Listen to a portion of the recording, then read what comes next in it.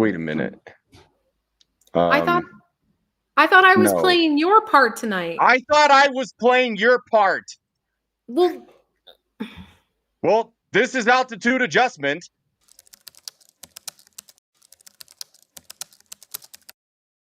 Hey, Bill, I'm in the mood for a switch up. I hit the function, hit the rose till I hiccup. I hit the stage and leave with money that's a stick up.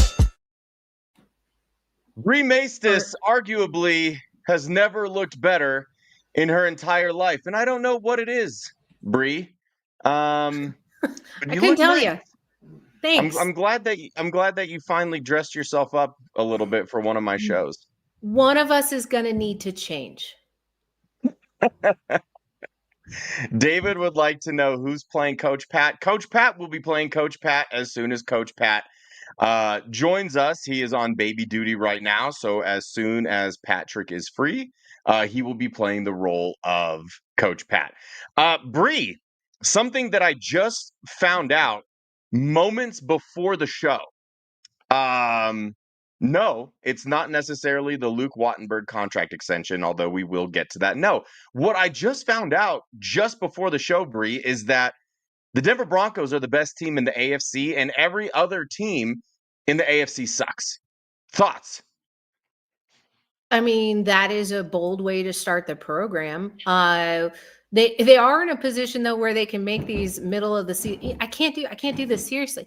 They are in a position where they can make these middle of the season extensions and re-sign their center. And I think that puts them in the position for continuity moving forward. I think at first I was a little shocked because I thought possibly they would go with a 1 to 2 year. But what this tells me is that the organization is ready to continue to build from within. Sean Payton is putting his money where his mouth is, and so is the Walton Penner Group. And they're going to have a lot of contracts that are upcoming as far as free agents are concerned that they're going to have to shore up, specifically on the defense. So this one is surprising, I guess, but it makes a lot of sense, especially when you're leaning into Bo Nix being the guy, needing that stability, knowing that Wattenberg contributes to the run game so sufficiently. And I think that in general, finding a starting center is really difficult in the NFL. So if you think you have one, you got to grab on and make sure that he's paid and taken care of. So that's my takeaway from this news that we've been graced with here. You kind of took it in the opposite direction, which is fine because I was more talking about the Broncos in general. And the only reason that I'm moderately upset that you did that is because we have a graphic, Bree.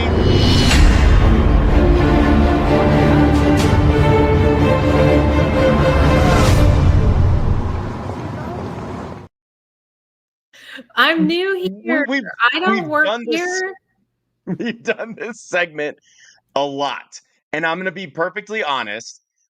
I don't watch film the way that Coach Pat does. I'm not able to break down the snaps from a center and what he's supposed to do and what he does well and what he doesn't do well. I leave that to Coach Pat. So inherently, my Luke Wattenberg opinion is based almost solely on the opinion of Patrick Chiodo. Based on that, I never thought that would be a reason for the graphic. But never has there been a more apropos time to use the graphic. It's almost like somebody put together that graphic knowing full well that the team would extend Luke Wattenberg at some point during the season. And if you're curious as to who put together that beautiful graphic, it was obviously me because I'm too cheap to pay the $4 or whatever it is to have Render Forest removed from the actual title. So I don't pay anything and still predict the future is really what I'm gathering. You can gloss it however you feel, Mario. I think you were absolutely on par when you thought about that. You were way ahead of the curve when you thought about starting this segment because it was all leading up to this contract. Patrick can come in and he can talk more about it because I'm sure he has words and thoughts and feelings and etc. I didn't mean to throw you off your game. Simply, I heard you mention it, and so I thought we were diving right into it. But the state of the Broncos as a whole, are you kidding me? Like, we're at a point in the fandom, the analysis, the fan analysis, wherever you want to put yourself on the map, of being able to talk about a 9-2 football team that's getting healthy through the bye week, just beat the Chiefs, and has one of the craziest setup schedules to bode well for number one in the AFC when it's all said and done. I think that's a pretty great spot to be in. And I'm really excited that we get to talk about a team that's in these circumstances. I will say it allows us to be very nitpicky when it comes to certain things, right? Because our topic of the day is not when will they find a franchise quarterback. It's more of a what else can they do to take this team to the next level, right? It's finally fun to do a Broncos show in Broncos country. Because for the last 10 years, and I haven't been doing it for 10 years, obviously, even though I've been in this space for a much longer time than that, there's not been a lot to celebrate. There's not been a lot to discuss. And you're right. It's always been, what are we going to do about the head coach? Because it was a revolving door of head coaches. What are we going to do about the quarterback position?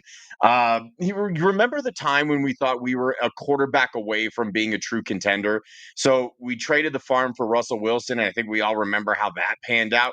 We had to endure Nathaniel Hackett. We had to endure apparently the only time in Joe Flacco's career that he wasn't fantastic. Like, okay. We had to endure Case Keenum because we were sold a bill of goods that Case Keenum was going to resurrect the franchise. We all believed in Drew Lock, and a small part of me still does, Bree. Like, I still hold on to the slim fact that if Drew Lock is just put in a good situation, he could be a successful quarterback. Now, not a big part of me. Keep in mind, like, more of me thinks that Tupac is still alive than thinks that Drew Lock is still a serviceable NFL quarterback. But the bottom line is that number is not zero. Now, we have gone through the ringer. And I'm glad that you brought up the fact that we could be nitpicky, because that's kind of been the theme, like the general theme, aside from unhinged chaos on altitude adjustment, is we know this team can be a contender. So we're going to pick out these little things. Honestly, hence the Wattenberg title. If we are able to nitpick the center's play to the point where he gets his own graphic, you probably have it pretty good. And so I want to expand on that, because the comment that I made was that every other team in the AFC sucks. So before Pat gets here, I'm just going to run through the gauntlet really quick of teams that are considered contenders in the AFC. Let's just start with the Chiefs and get them out of the way. We beat them, didn't have our best offensive player, didn't have our best defensive player. Refs tried to screw us over. Broncos still won. Next, it's not even close. The Indianapolis Colts, who admittedly the Broncos lost to in week 2, but it was because of a terrible call that happens every single week and is never called. And we, I think, are starting to see Danny Dimes fall apart at the seams. I think he's a serviceable quarterback. I don't think that he's a franchise guy, and I think the Colts are going to have a really difficult decision, because it's almost the Brock Purdy conundrum. He's playing well enough to justify an extension, but I think he's going to get more money than he's worth. And Bree, we saw the same thing in New York. He had one history repeats itself. Took him to the playoffs. I think they might have won a playoff game, actually. Gets a big fat contract, completely disappears into obscurity. History repeating itself, exactly like you said. So I don't buy into the Colts. I think if the Broncos play that team again, that it's not remotely close. Houston is kind of around. We beat them in Houston without Patrick Surtain. Next, you're looking at the Buffalo Bills. The Buffalo Bills are like this really obscure team. Like, Josh Allen probably is the best player in the world right now, the best football player. The defense is suspect. They just signed Brandon Cooks because they've been benching Keon Coleman, which means they have no serviceable options at wide receiver. That team does not scare me. The Baltimore Ravens, off to a horrible start. They've won games, but they haven't been the Ravens that we've seen in the last couple of years. So if they're not even holding that standard, Bree, of what they've been able to do the past few years just to ultimately choke in the playoffs, then I'm definitely not worried about the Ravens, because they're not dominating teams, which means that if they find their way into the playoffs, then they're ultimately going to choke. And then the last team that I think that you could make an argument for is the Jacksonville Jaguars. Now, this is maybe the weirdest team in the entire NFL, because one week they will look really good. They beat up on the Chiefs, they beat up on the Chargers, and then another week they'll look terrible. So I can't really figure out that team, but I'm just going to defer to the fact that it's the Jacksonville Jaguars. The Broncos seem to have had their number for as long as they've been a franchise, aside from the playoff game in 1996, but we won't focus too much on that. Aside from that, the Jags will never scare me, have never scared me. And that's pretty much all of the quote unquote contenders coming out of the AFC. Oh, no, I forgot about the Patriots. You know why? Because everybody forgets about the Patriots. They are riding high, and I understand the irony in this, but they're beating teams that are not that good. But if you need a reason why I do not believe the Patriots are for real, it's because they lost to the Raiders. Don't care that it was the first week of the season. They still lost to the Raiders. No serious team is losing to the Raiders. And I'm realizing as I say that, Bree, that we have to play them one more time. And I'm writing a check with my mouth that I hope the team can cash, because then we can look back on this and think that it's really awkward. But I'm not a big believer in the Patriots. I think they're riding high on a rookie coach. I really like Vrabel. Drake May is an MVP candidate. And they've kind of like stitched together this defense that's against all odds working. And it just feels like the other shoe's going to drop eventually in New England. So now that we have covered all of the contenders, I think it's safe to say that the Broncos are far and away the best option in the AFC. Firstly, who the hell is we? Second of all, what I love most about this podcast is that nobody needs to put it in 1.5 or 2 times speed, because like you're just quick. Like they are already getting all the information as quickly as possible. I get the thoughts out as they come into my head. That's why I say so many inappropriate things. There's no filter. That's why I hurt so many feelings on here. Oh, no, it's good. And you know what? That says more about the people who get their feelings hurt than it says about you. There was a lot. I think your general statement, though, is very appropriate. I think that there's a lot of people are going to have something to say about it, as the Broncos are the worst 9-2 team that anyone has ever seen. And those are not my words. Those are everybody else's words, right? Like that is the narrative that is going around right now. I got to say, it feels really good to be in that position. I think I'll take 9-2 and be the worst 9-2 team if it means that they're winning. And then at the end of the day, there's a lot of teams that also kind of fit in that narrative. What I think is the fun part of it is there's a lot of matchups that could happen depending on where the Broncos fall as far as seeding goes. But I won't get too heady with that conversation. I'll just mimic what you had to say. And I'll say, yeah, Chiefs not in a great spot. Do I want to face them 3 times? Probably not. The Broncos still have to play the Chiefs, the Raiders, and the Chargers. And yes, Mario, I think you are. I don't think it's inappropriate per se. I think that it is early to do so, because the NFL has this very weird magical voodoo way of taking everything back to the mean, and like you can't possibly win out, can you? You got to drop a game. I just don't. Is it going to be the Jaguars? Is it going to be the Packers? Is it going to be the Commanders? Could potentially be the Chiefs on Christmas Day. But those teams in general aren't necessarily scaring me. If you look at the Jaguars at 7-4, I don't know if that's typically a team that I'm going to be shaking in my boots about. Now they're, getting Jacoby Myers in the loss of Travis Hunter. You still have to combat the Trevor Lawrence part of the equation. And the formulaic response to that is he is such a roller coaster of a quarterback. I could potentially see him just throwing a ton of interceptions because he's shaken by this vaunted Denver defense. And then there's a ton of other names in there. The Ravens being able to do Ravens-like things. I think the Colts are definitively a team that I'm not necessarily scared of, but I do think they have Jonathan Taylor, which sets them apart. But you talked about history repeating itself. You talked about what Daniel Jones had previously with the Giants and how they squandered that away by refusing to sign the one piece that really made Daniel Jones who Daniel Jones is. Now he's coming up on that second opportunity for an extension, and he's got, newsflash, Jonathan Taylor. So it's like, are they going to do it again? Are they going to overpay Daniel Jones? Like, don't get it twisted. I'm not saying that the Colts aren't doing great things offensively, but it is kind of one one-dimensional. It's only going to carry them so far. Teams are going to try to take that away as much as possible. I don't know how you stop Jonathan Taylor, so there is a question mark of how far can they go. But when you couple the Broncos' remaining schedule for what the AFC is, I like their chances. I like them being a question mark, and I like their possibility of finishing out. Maybe the ceiling is they drop 2. They drop 1 or 2 games in the remainder of the season. It's really hard to sweep your division, even if it is the Chiefs and the Raiders, and you never know quite what's going to happen in the last game of the season. So yeah, Mario, the rest of the AFC, get wrecked. The Broncos are going to be the top seed when all is said and done. Yeah. Honestly, Bree, I think my favorite part about where this team is at right now in general is, for the first time, their fate is in their own hands. They will go as far as they want. They don't need to rely on certain teams winning. They don't need to rely on certain teams losing.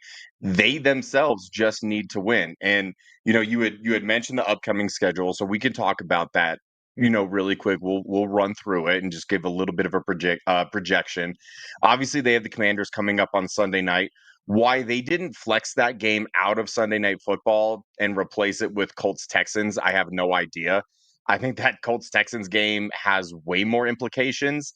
And this is at a point when the league knew that Jaden Daniels was not playing. Because it's like, if you're, regardless of the records, if you're getting Jaden Daniels versus Bo Nix, the 2 guys that were the best rookie quarterbacks from that class last year, then it's cinema, and you absolutely should. But the fact that he's not even playing, it's bizarre to me that they're still keeping that Sunday night game. And I think that Colts Texans game is one to keep an eye on, because as a Bronco fan, and if you're watching this as a Broncos fan, you also need to know the teams that you need to root for going forward. And not for our benefit, but more for the lack of benefit for the Kansas City Chiefs. If you are a true fan, and I will die on this hill, you were rooting against the Chiefs last Sunday against the Indianapolis Colts, and you were bummed that the Chiefs ended up beating the Colts, because I'm a lot less worried about seeding and whether or not, like, the Colts are not going to win out. They have a really tough remaining schedule. They can lose games elsewhere. I am more worried about the Kansas City Chiefs. And the thing is, like, we've seen it year after year after year. I think 9 straight years we've seen them win the division. And I think, 7 straight years they played in the AFC Championship game. Everybody should be sick of it. Like, of course, Bronco fans, but the entire league should be. So you should be rooting for the teams that could potentially knock the Chiefs out of the playoffs. So the Chiefs have the Texans coming up. You're obviously rooting for the Texans. You hope that maybe the Cowboys, who look reinvigorated at this point after the trade deadline, can maybe hand the Chiefs a loss. But you're rooting for the Jags because they have the tiebreaker over the Chiefs if you're assuming that the Colts win that division, and you want them to, because as the wild card team, the Jags have the tiebreaker over the Chiefs, as do the Bills, if the Patriots end up winning that division. So then you're basically needing one more team to potentially knock them out. And if we're assuming that the Ravens are going to win their division, which it seems like they're trending to do, then it's either the Steelers or it's the Texans. And then you want, so by that logic, Bree, you're wanting the Texans to beat the Colts, and you're obviously wanting them to beat the Chiefs, and you're also rooting for the Steelers as it goes along. Bottom line is, we don't want the Chiefs anywhere near the playoffs. Because as I've said, the last 9 years, not last 7 years specifically, they get help in the playoffs. We saw it firsthand. They got a lot of help in Denver, and it still wasn't enough. And it doesn't matter that the Chiefs are 6-5 right now. It doesn't matter that the Broncos beat them. It doesn't matter that the Broncos look like the superior team, because, again, the Broncos were able to beat them without a J.K. Dobbins, without an Alex Singleton, without a Patrick Surtain. And I guess you could also say, like, with Marvin Mims just returning from injury. So that doesn't scare you in the moment, but they're a different beast in the playoffs. Not because of Patrick Mahomes, not because of Travis Kelce, not because of Andy Reid, but because the league desperately wants to get that Taylor Swift bump for as long as Travis Kelce is in the league. And if you think that that doesn't exist, then you haven't been paying attention. Because my wife is a Swiftie, and she started paying more attention to the NFL when she realized that she and Travis Kelce were dating. She has a plethora of friends who could not care less about football, who became fans of the NFL and became Chiefs fans by proxy because of Taylor Swift. And if you're also going to ignore the millions upon potentially billions of dollars that were funneled into the NFL as a direct result of Taylor Swift being involved with an NFL player, then you need to get your brain checked because there is obviously some sort of correlation. And at the end of the day, Bree, the only thing that matters in the NFL is money. It's the reason why a guy will do 2 pumps and he'll be fined $15,000. Well, where's that money go? Who's lining their pockets? Because you know that they're not giving it to charity, because if they did, then they would be constantly in your face shoving it about how much money the NFL gives to charity.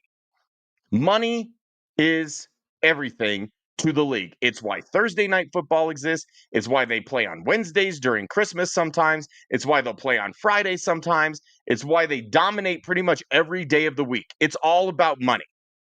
And if you don't think that there is a boost of money the further that the Chiefs go in the playoffs, then I guess you just need to wake up.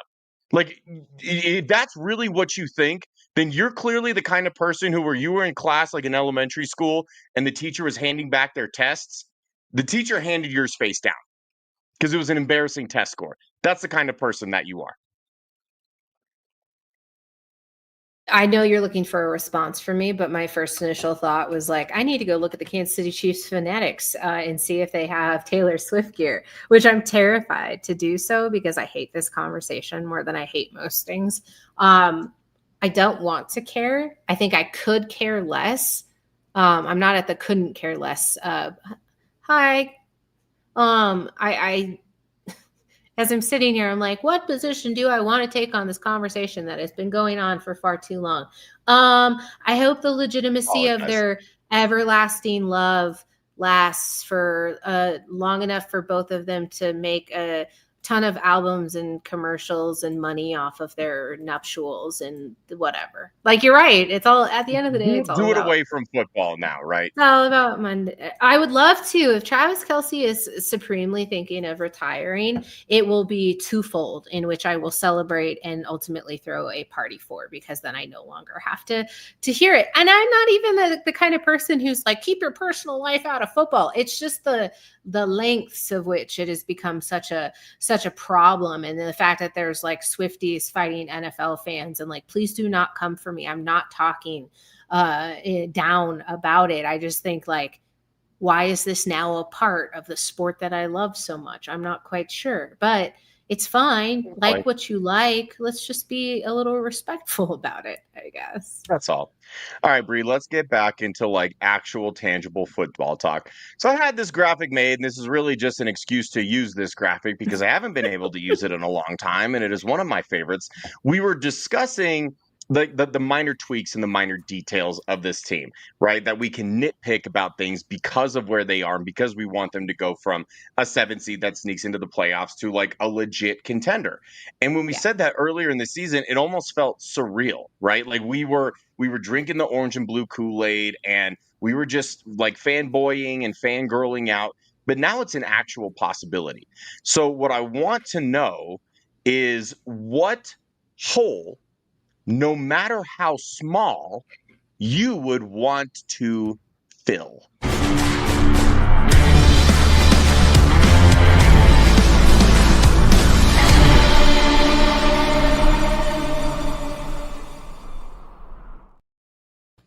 So as we look at this 9 and football team coming off of a bye week, what hole do they need to fill, Bree? And by that, I mean, where do they need to improve in your mind the most in order to like really solidify themselves as a legitimate contender? Because as you said earlier, plenty of these national pundits and people that have opinions that really probably shouldn't be sharing them, their thoughts on the Broncos are quite clear, and there's a lot of disrespect, and it's fine. Like, it shouldn't bother us, but it does. So in order to shut up those critics or to prove them wrong, what needs to happen? Oh gosh. Probably the same thing that we've been clamoring for all season, which is a run game. Now, Mario, we had a really interesting conversation that I continuously keep calling back on. Brown Panda 8320 with a $10 super chat, which is specifically because I am on the show tonight. So Mario, thank you. I expect 20% before I leave tonight. Said, I just want the offense to improve the time of possession at this point. Your $2 is in the mail. Thank you. I hope it's a check that costs me money to then cash. Brown Panda Oh, absolutely. 8320. I think that is a great Thank you so point. much, Brown Panda 8320. We appreciate you listening and watching, and thank you for your contribution. That's awesome. That is awesome, and we really appreciate the comment, because saying that you want the offense to improve time of possession also comes into the state of not tiring out your defense, right? So it's part and parcel of playing some clean 3 phases of football and making sure your defense is happy, making sure that you are doing everything possible to take away from other teams, especially when it comes to opponents that you don't necessarily want to play down to.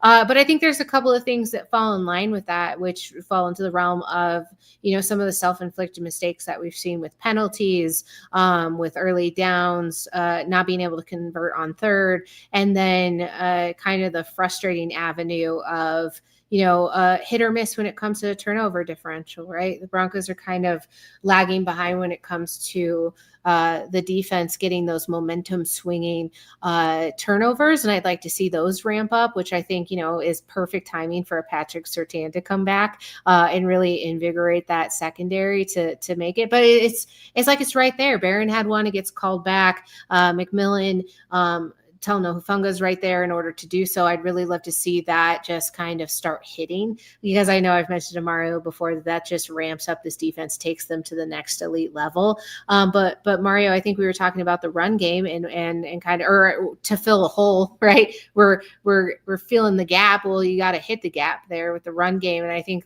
having J.K. Dobbins go down really leaves a larger question mark on something that the Broncos were still kind of failing to lean into. I don't think it was necessarily a scope of they don't want to run the ball, but I think what Sean Payton has to manage and what he has to balance with Bo Nix is finding ideal circumstances to make sure that he is producing efficiently and in ways that he's not going to get disappointed by his receivers dropping targets. So David Talks Broncos with the $2 super chat said we need a field stretcher that can catch equals A.T. Perry. Listen, David, It at this wouldn't be point, an I think episode of Altitude Adjustment if David did not force feed us A.T. Perry.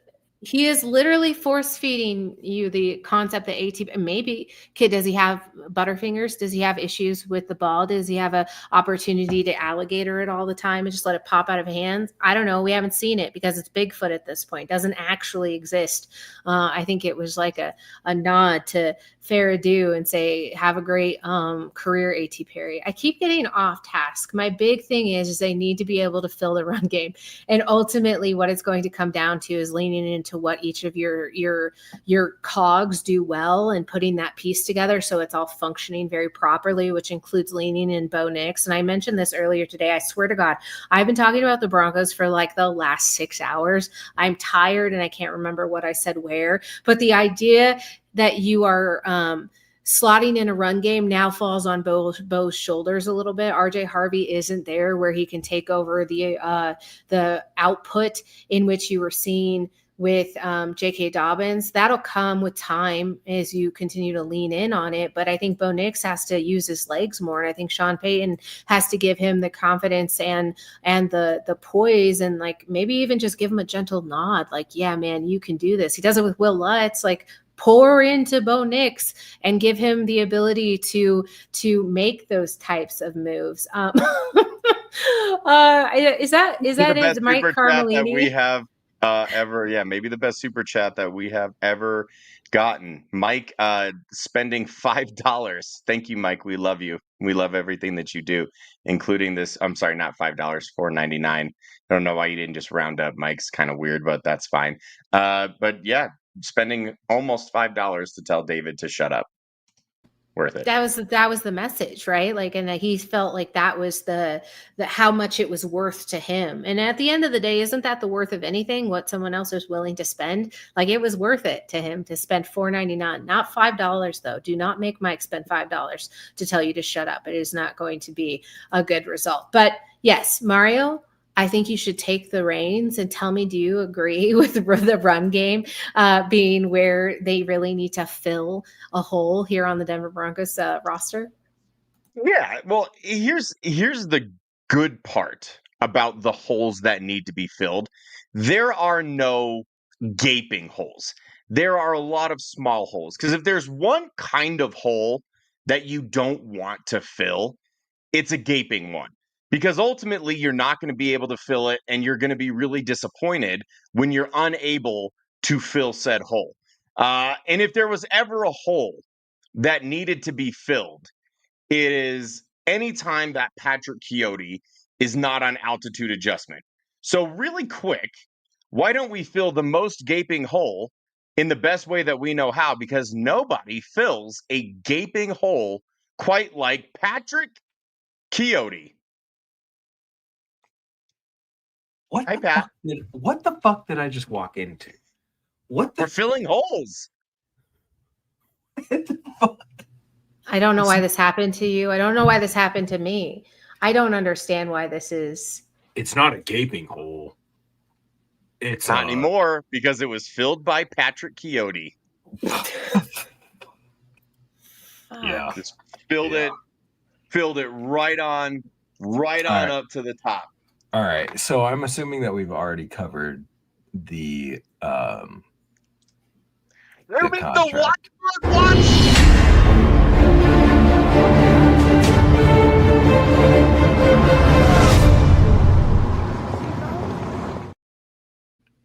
Ladies and gentlemen, that is an altitude adjustment record 2 times that we've used the Wattenberg watch graphic.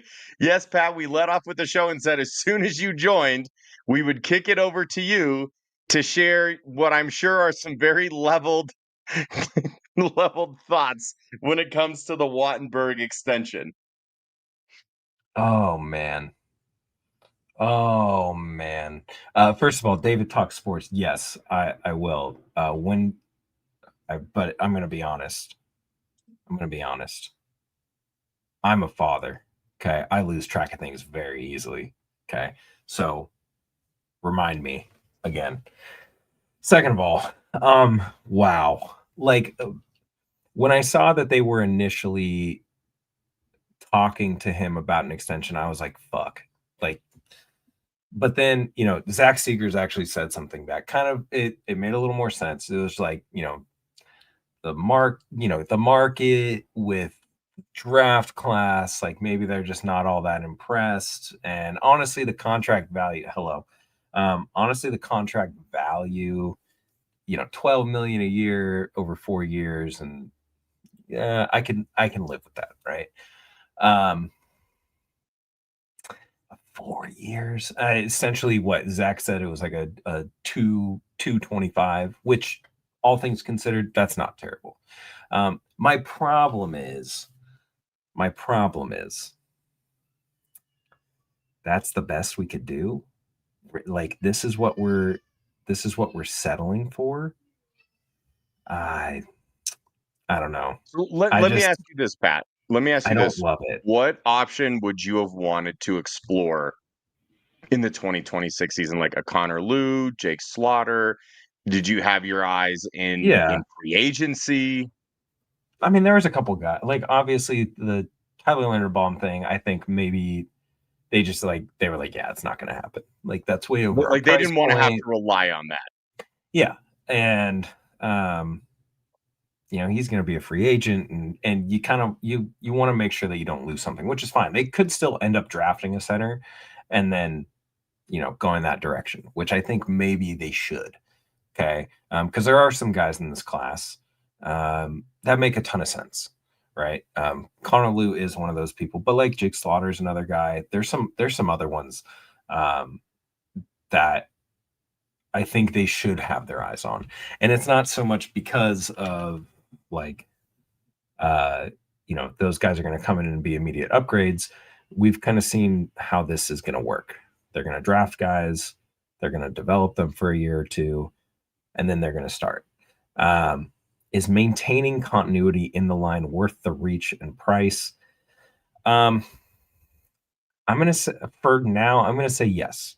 I'm going to say yes because the more that these guys play together, obviously, the more they'll see things and try to work on things. As an individual player, though, and this is the most critical position along the offensive line. As an individual player, and I have seen so many comments and tweets saying like, "Oh, he's actually really good. He's actually really solid." What is your bar? Like that's my thing. Is like, what is your bar for good center play? Because if we're talking about like the bar, no, he hasn't been good. It's like, has his play improved? Like his play improved? Sure, absolutely. But where's the bar? That was a low bar. He is at best an average starting center in the league, and that's fine. Can they win with that? Sure, absolutely. But again, this is Sean Payton we're talking about. And Sean Payton is the same guy who shipped Jimmy Graham off to Seattle for who? Remind me again, for who? I don't Does anybody remember. know? Max Unger. No. The Seattle Seahawks starting center.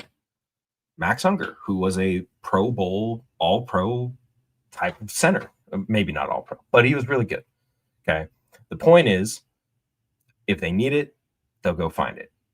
Right now, with the way the market is, and maybe they don't like the guys in the draft, or maybe they do, and they're just looking at stock, I think keeping him for now is the right move. But here's the caveat. If I'm Streef and I'm Peyton and I'm Sean Payton, I'm saying, we're going to give you this contract, but you need to tighten shit up. Like, there's a reason he's not getting 17, 18, 20 million. There's a reason it's not so high.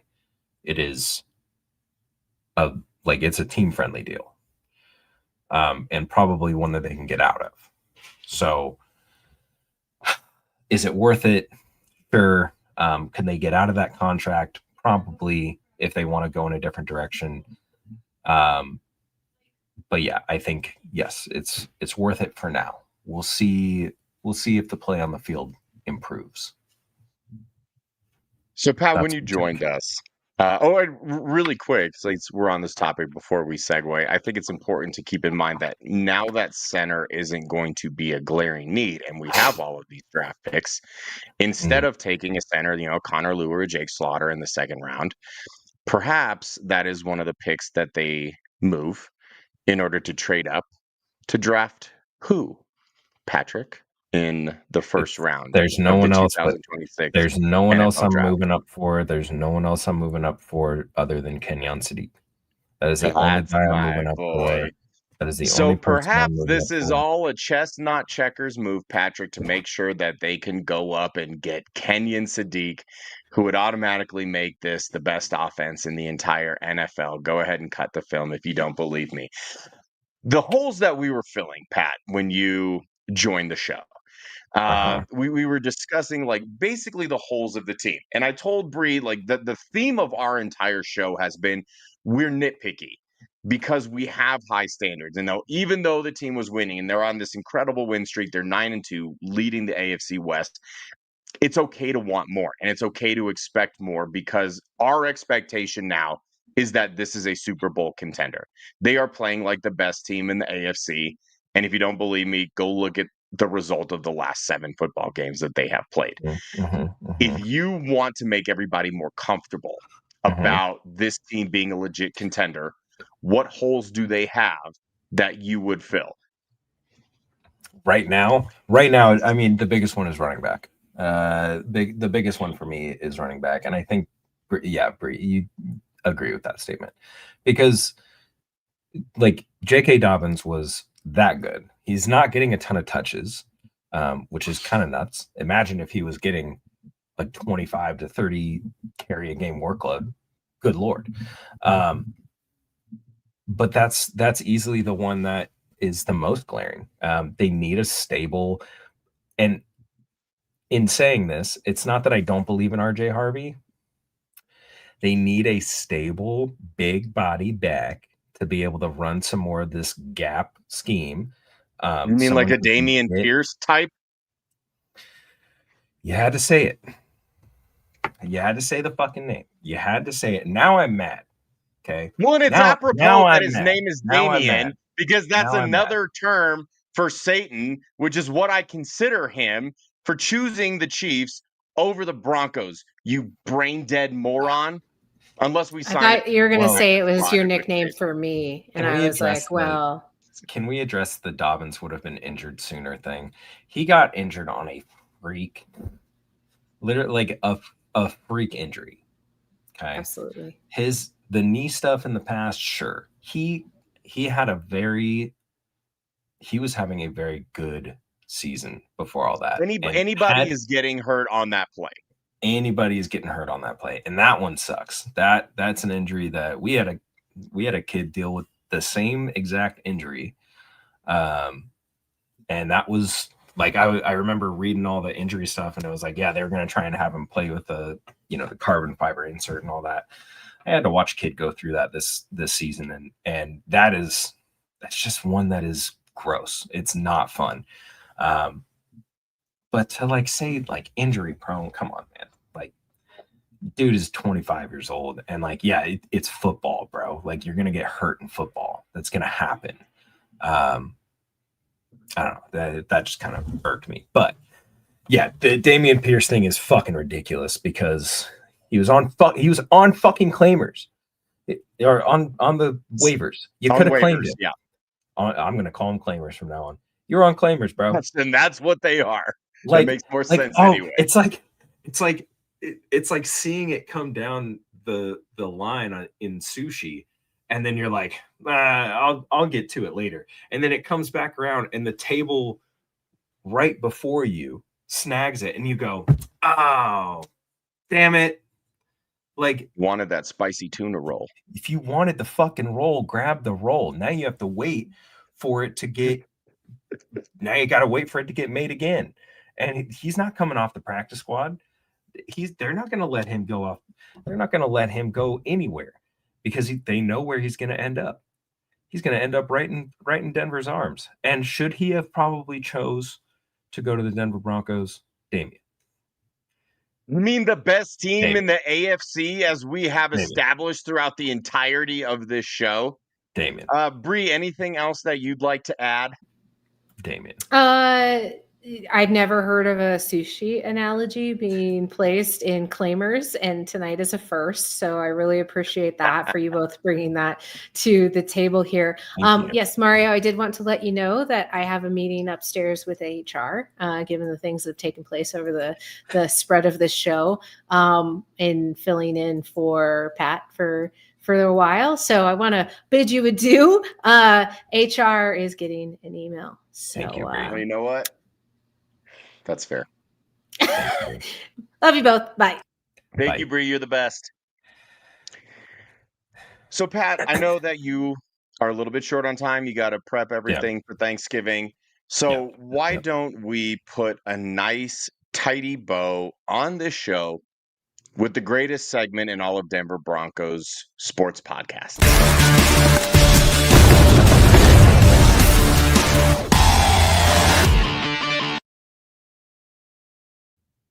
Patrick, the Broncos are 9-2, and as I've said throughout the entirety of the show, they are the best team in the AFC, in my opinion. Every other contender is in reality a pretender. None of these other AFC teams scare me. And that's pretty much all that we have covered. So when it comes to said 9-2 football team that is the best team in the AFC, what have you bricked up?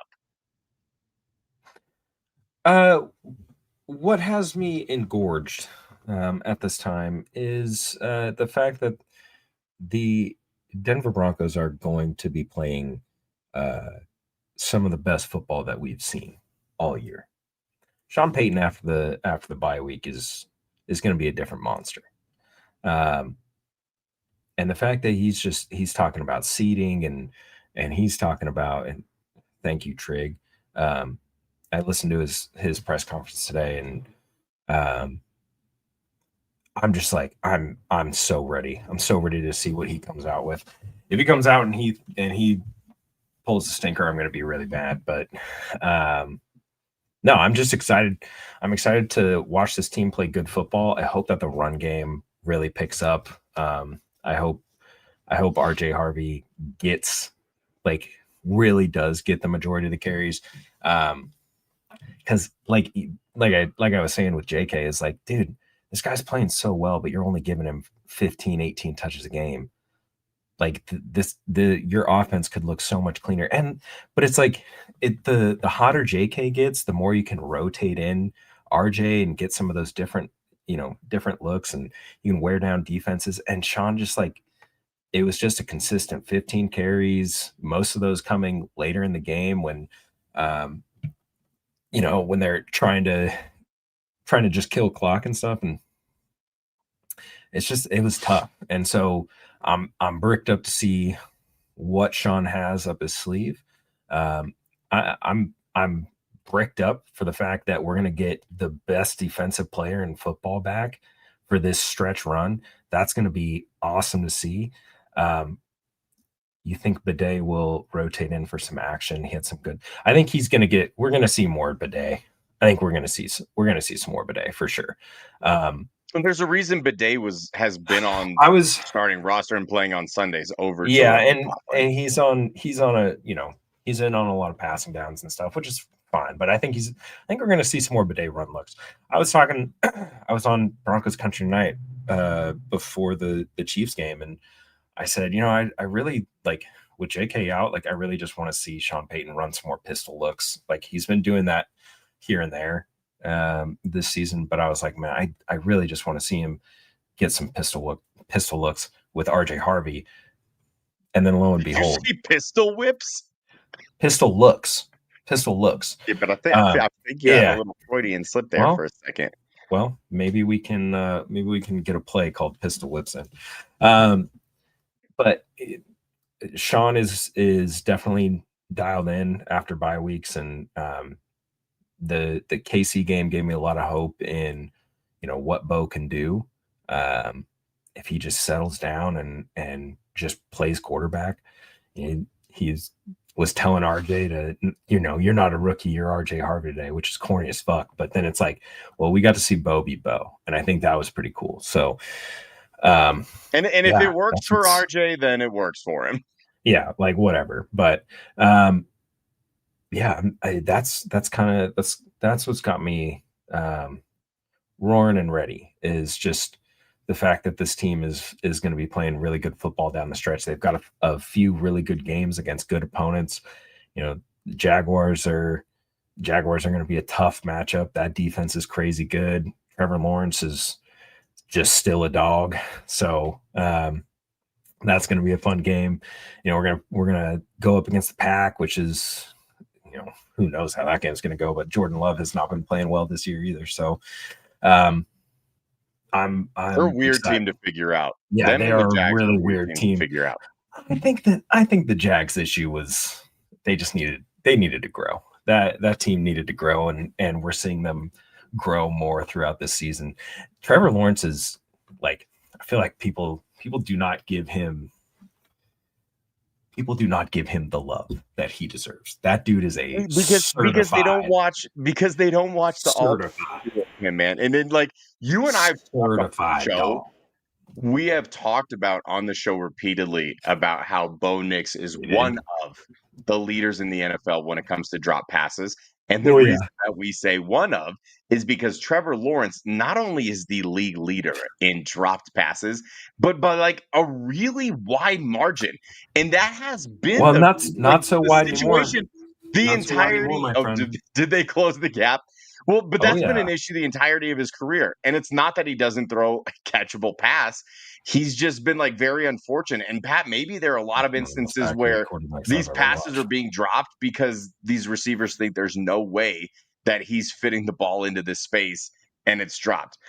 Really quick, we had Murph wanted to know, can you explain the logistics of signing a player off another team's practice squad, or would they have to elevate Dameon Pierce to block that? So basically, had they claimed him, he's going on the active roster. So I think the reason that he cleared claimers, as Pat put it. Yes. We got through the They claimers. didn't want him on the active roster at that point, which again, I don't think I necessarily agree with. Like Pat said, if you want him, go get him.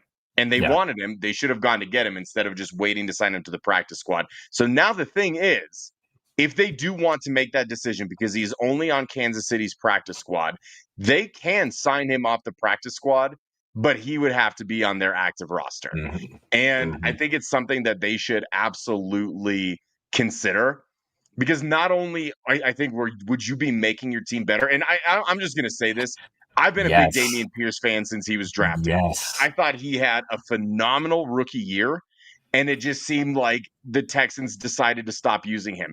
And Pat, for the life of me, I will It never be had to able be to something understand because behind the scenes. It had to be something like that behind the scenes. there has There's to no be way. because there's no logistical reason why broken down ass Nick Chubb, who may as well be averaging 2 yards a carry, who is a complete non-factor for Houston, is getting carries over Dameon Pierce. And it's not like the Texans are a poorly run organization they were in the past when Bill O'Brien was calling the shots. Like, they're a good football team. They made a stupid decision. Oh no, I'm sorry.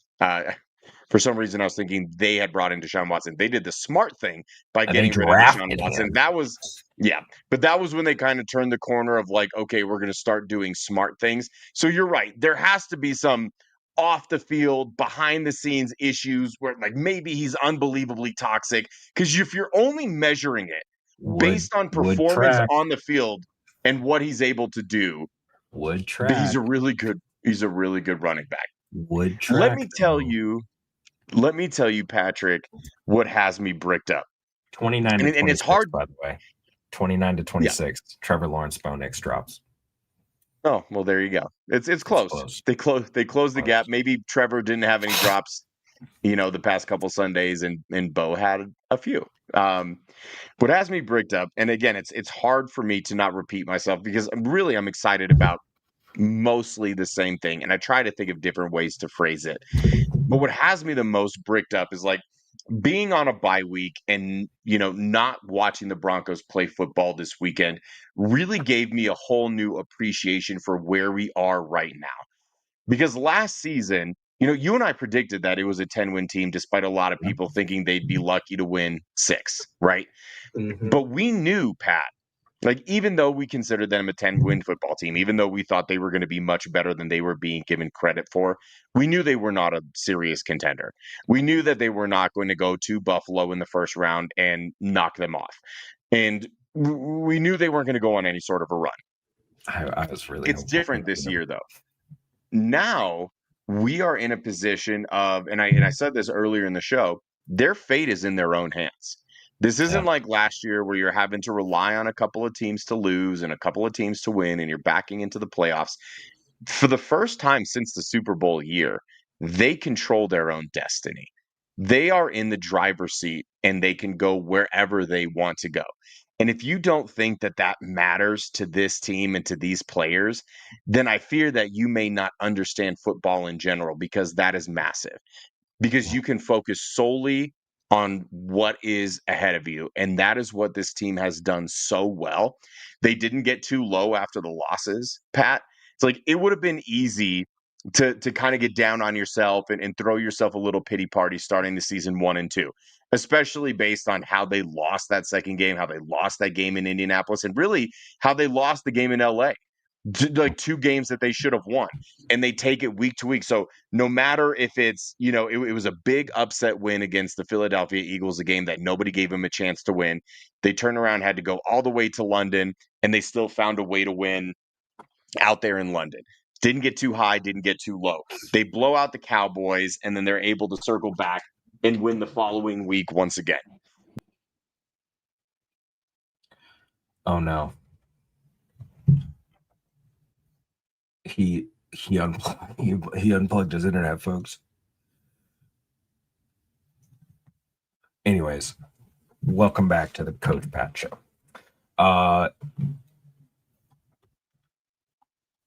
This is top 5 hilarious, I'll think. This is top 5 hilarious. Top 5. He's just straight up unplugged He straight up unplugged his internet. We watched him do it in real time. Hilarious. All right. What are your questions? Ask away. We got 3 minutes, folks. Come on. Nothing? No one? No questions? Come on. Some of you have to have questions. I like this version of the show better. I can't put comments up on the screen. This is why this is top 5 hilarious. Can't put comments up on the screen. So ask the damn questions. Who's my number 1 wide receiver this week for the Broncos? Is Mahomes cooked?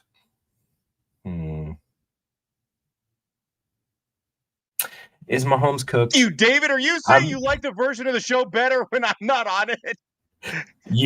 We watched you Mike in real Carmelini, if you're time. still watching, donate $4.99 again and tell David to shut up again. We had gone a long time without any IT issues, Pat. I felt like I was due. We watched you in real time, Mario, unplug something, and then your internet went out. Top 5 hilarious things. I plugged it in. I got an alert that my battery was running low because this is a used laptop. I plugged the power cord in, and as soon as I plugged it in, it turned off. So I'm just going to pick up right where I left off. I was saying, like Boomer. My goodness. Yep. Well, then so be it. I mean, I'm well versed in the plethora of IT issues. The first show that we ever did was the greatest show of all time that no one ever saw because I didn't press fucking record. Okay, so based on that, I've come a really long way. What I was saying before I was rudely interrupted by my technology, we have seen this team win every sort of way. We've seen the blowout wins. We've seen the come from behind wins. We've seen the gritty wins where they maintain a lead and they hold it off. We've seen wins where the defense wins them games, where the offense wins them games, where the special teams maybe not wins them games, but has a massive hand in it. And that is what I like most about this team. Because the wins that they had last year, and we had discussed this, they didn't beat anyone that they weren't supposed to beat when you look back at that season. They didn't have that signature win. So what do you do when you are a team that is rebuilding, right? When a coach comes in, Sean Payton's first year, it's like you got to get your guys in. You want to be right around 500, and they were playing 500 football. Yes. Sean Payton's first year. Then you want to take that next step where it's like, all right, you're competitive and you're close and you're winning good football games, but you're not necessarily winning games that you shouldn't be winning, and they didn't. Then you take the next step, which is exactly what they've done. They've won a few games that they weren't supposed to win. I don't think they were supposed to beat the Eagles. They weren't supposed to come back and beat the Giants in that situation. There were people that didn't think they were supposed to beat the Cowboys, and there were a lot of people that didn't think that they would beat the Kansas City Chiefs. In fact, whatever station Adam Rank is on, and shout out Adam Rank because he's my favorite non-Bronco fan of all time, in their little panel, Adam Rank, once again, was the only person that picked the Denver Broncos to beat the Kansas City Chiefs. That is another signature win. We are 11 games into this Broncos season, 3 or 4 signature wins already, and games that they don't win last year, Pat. So you haven't mentioned the Houston game.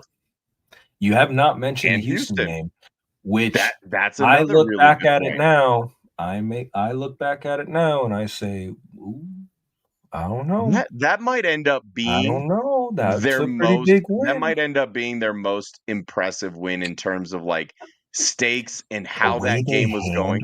Josh Allen. The way they handled him, my goodness.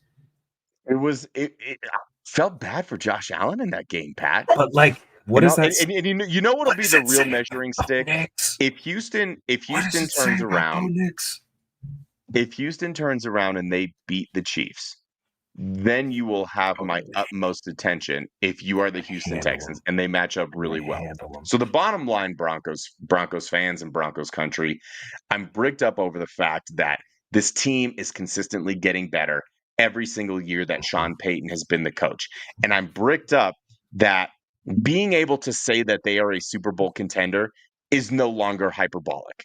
Being able to say that they should win the AFC West and they need to win the AFC West, it's no longer hyperbolic. And I got to say, Pat, considering he was their 4th option, Sean Payton has done a really good job as their head coach. maybe Dan Quinn starting to doing? look a little bit like perhaps he was their number one option all along. I'm not gonna get involved in that, but how's Dan Quinn doing? Do you know that the Commanders give up like a third most yards in the league? From a defensive minded head coach. But what does the Texans win say about Bo Nix? In all seriousness, looking back now and seeing what we saw, Haley was like, I feel bad. I feel bad for Josh Allen. He's that. I think a lot of people did. Got handled. Bo Nix took 1 sack in that game. I don't know.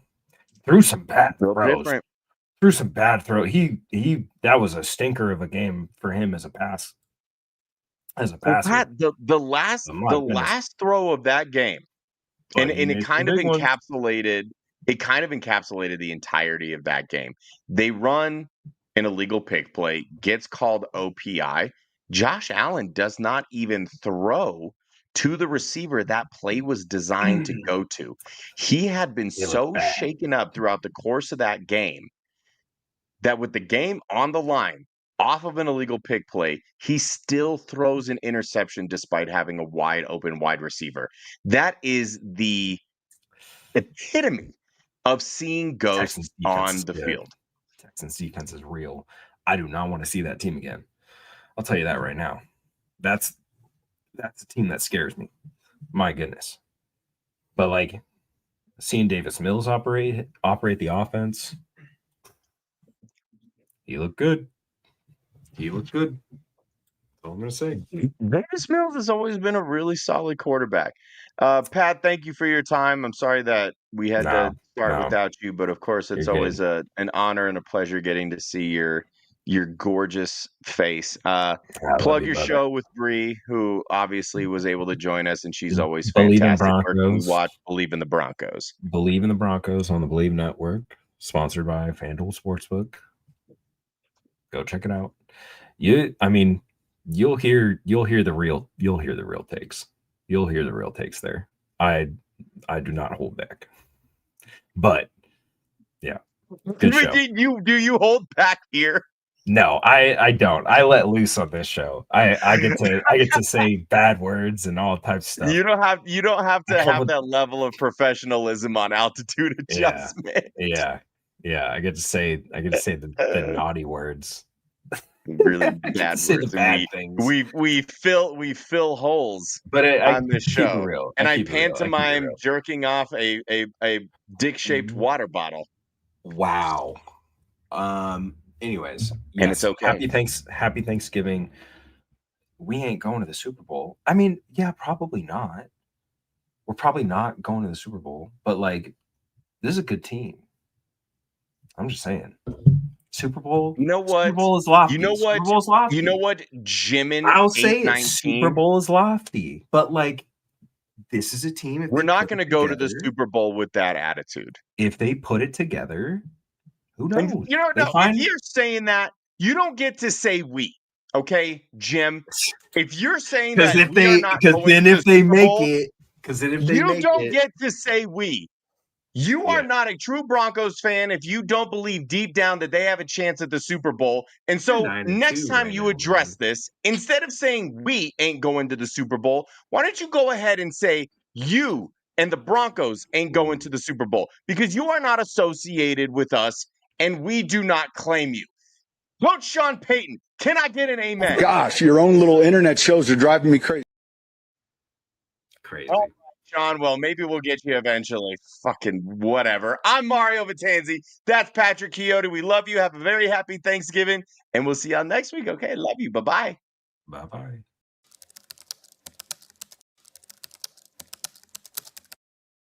Hey, feel I'm in the mood for a switch up. I hit the function, hit the rose till I hiccup. I hit the stage and leave with money that's a stick up.